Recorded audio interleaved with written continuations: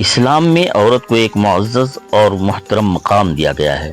قرآن اور حدیث میں خواتین کے حقوق اور ان کے ساتھ حسن سلوک پر زور دیا گیا ہے، اور انہیں بہت سے ایسے حقوق دیے گئے ہیں جو اس دور میں دیگر معاشروں میں دستیاب نہیں تھے۔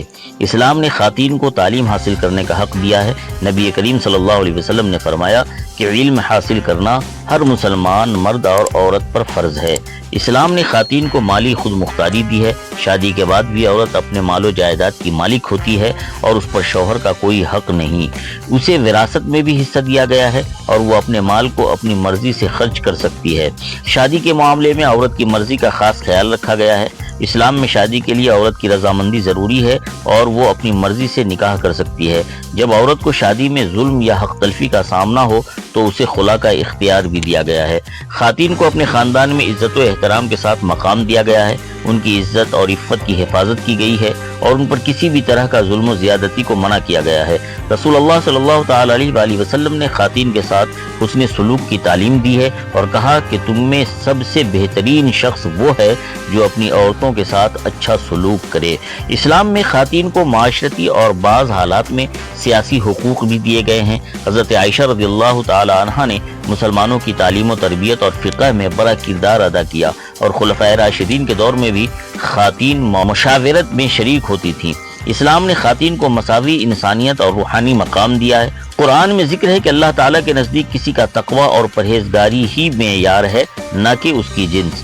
اسلام میں عورت کو ایک اہم مقام دیا گیا ہے جس میں اس کی عزت، حقوق اور خود مختاری کا مکمل خیال رکھا گیا ہے۔ یہ اسلام کی خاصیت ہے کہ اس نے خواتین کے مقام کو واضح کیا اور ان کے اختیارات کو تسلیم کیا۔ اسلام نے خواتین کو ایک جامع اور متوازن مقام دیا ہے جہاں ان کے روحانی، سماجی اور خاندانی حقوق و اختیارات کا مکمل لحاظ رکھا گیا ہے۔ مزید کچھ پہلوؤں کا ذکر میں یہاں کرتا ہوں۔ اسلام میں ماں کے مقام کو خاص اہمیت دی گئی ہے۔ حدیث میں آیا ہے کہ جنت ماں کے قدموں تلے ہے، یعنی ماں کی خدمت اور احترام سے جنت کا حصول ممکن ہے، جو کہ ماں کے بلند مقام کو ظاہر کرتا ہے۔ اسلام نے عورت کو بچوں کی بہترین تربیت کا ذمہ دار ٹھہرایا ہے اور اس کا شمار صدقہ جاریہ میں کیا گیا ہے۔ نیک نسل کی پرورش عورت کے ذمہ ہے اور معاشرتی اصلاح میں اس کا کردار بہت اہم ہے۔ اسلام عورتوں کو معاشی معاملات میں بھی حصہ لینے کی اجازت دیتا ہے۔ حضرت خدیجہ رضی اللہ عنہا ایک کامیاب تاجرہ تھی اور اسلام نے خواتین کو تجارت و ملازمت کی اجازت دی ہے، بشرطے کہ وہ اسلامی اصولوں اور پردے کا خیال رکھیں۔ عورت کو مکمل عزت نفس دی گئی ہے اور اس پر جبر یا زبردستی کی سخت ممانعت ہے۔ اسلام نے خواتین کو مردوں کے برابر احترام دیا ہے اور ان کے حقوق کو مردوں کے برابر تسلیم کیا ہے۔ کسی بھی قسم کی توہین یا بدسلوکی کو گناہ قرار دیا گیا ہے۔ اسلامی تاریخ میں خواتین کا معاشرتی کردار بہت اہم رہا ہے۔ خواتین نے جنگی حکمت عملی، علمی خدمات اور معاشرتی فلاح میں اپنا حصہ ڈالا۔ حضرت عائشہ رضی اللہ عنہا سے ہزاروں احادیث منقول ہیں جو خواتین کی علمی صلاحیت اور اثر و رسوخ کو ظاہر کرتی ہیں۔ اسلام نے عورت کو وراثت میں حصہ دیا ہے جو اس وقت دنیا کے اکثر معاشروں میں ناپید تھا۔ بیٹی، بہن، ماں اور بیوی کے طور پر عورت کو وراثت میں حق دیا گیا ہے، جس سے اس کی مالی خود مختاری اور تحفظ کو یقینی بنایا گیا ہے۔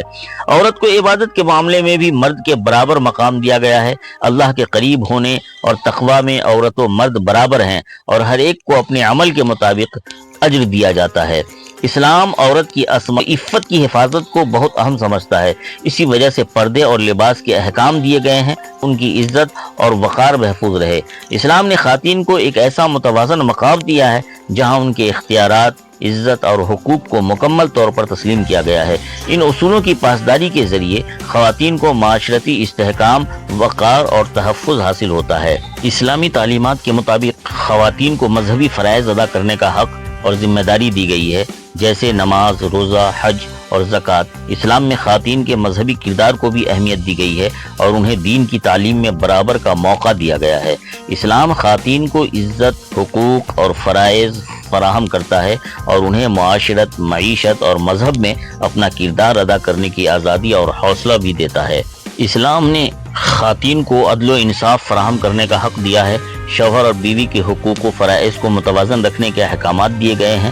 عورت کو طلاق کا حق بھی دیا گیا ہے اور جب ضرورت ہو تو وہ اس اختیار کو استعمال کر سکتی ہیں۔ نکاح میں ان کی رضا کو اہمیت دی گئی ہے اور زبردستی کے خلاف حفاظتی اقدامات دیے گئے ہیں۔ اسلامی تاریخ میں خواتین نے جنگی میدان میں بھی کردار ادا کیا ہے۔ حضرت خنسا اور حضرت نصیبہ نے جنگوں میں خدمات انجام دی اور اسلامی فوج کی مدد کی۔ انہوں نے میدان جنگ میں زخمیوں کی مدد کی اور ضرورت پڑنے پر اسلام کی حفاظت کے لیے قربانیاں بھی دی۔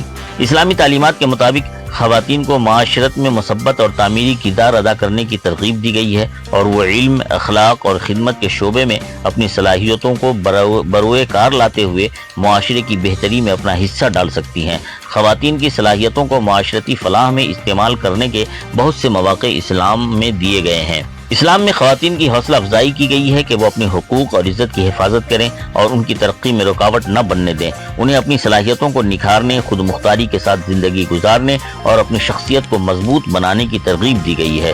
مختصراً یہ کہ اسلام میں خواتین کو ایک جامع اور متوازن نظام کے تحت حقوق، عزت اور آزادی دی گئی ہے تاکہ وہ دین، خاندان، معاشرت اور انسانیت کی خدمت میں بھرپور کردار ادا کر سکیں۔ اسلامی تاریخ میں کئی ایسی عورتیں ہیں جنہوں نے قیادت کے شعبے میں اہم کردار ادا کیا۔ مثال کے طور پر حضرت عائشہ نے کئی جنگوں میں اہم فیصلہ سازی میں حصہ لیا۔ ان کی مثال ہمیں یہ سکھاتی ہے کہ عورت بھی قیادت کے منصب پر فائز ہو سکتی ہے۔ عورتیں ہر شعبے میں طاقتور کردار ادا کر سکتی ہیں، چاہے وہ سیاست ہو، معاشرت ہو یا تعلیم۔ آج کی جدید دنیا میں بہت سی مسلمان عورتیں سائنس، ادب اور فنون لطیفہ میں کامیابی حاصل کر رہی ہیں۔ دین اسلام کی تعلیمات میں عورتوں کو اپنے حقوق کی علم و شعور دینے کی ضرورت ہے۔ انہیں چاہیے کہ وہ اپنے حقوق کے بارے میں جانیں اور انہیں حاصل کرنے کے لیے آواز اٹھائیں۔ اگر کچھ روایات میں رکاوٹیں موجود ہیں، لیکن دین کی روشنی میں آگاہی اور تعلیم کے ذریعے معاشرتی تبدیلی ممکن ہے۔ ہمیں یہ سمجھنا چاہیے کہ دین نے عورت کو جو مقام دیا ہے وہ اس کی ذات کا حق ہے۔ عورت کی ایک اہم ذمہ داری اپنی فیملی کا خیال رکھنا ہے۔ ایک ماں، بیوی اور بہن کے طور پر اس کا کردار انتہائی اہم ہے۔ اسلامی تعلیمات میں یہ بات واضح ہے کہ خاندانی ذمہ داریوں کو نبھانا بھی عبادت کا درجہ رکھتا ہے۔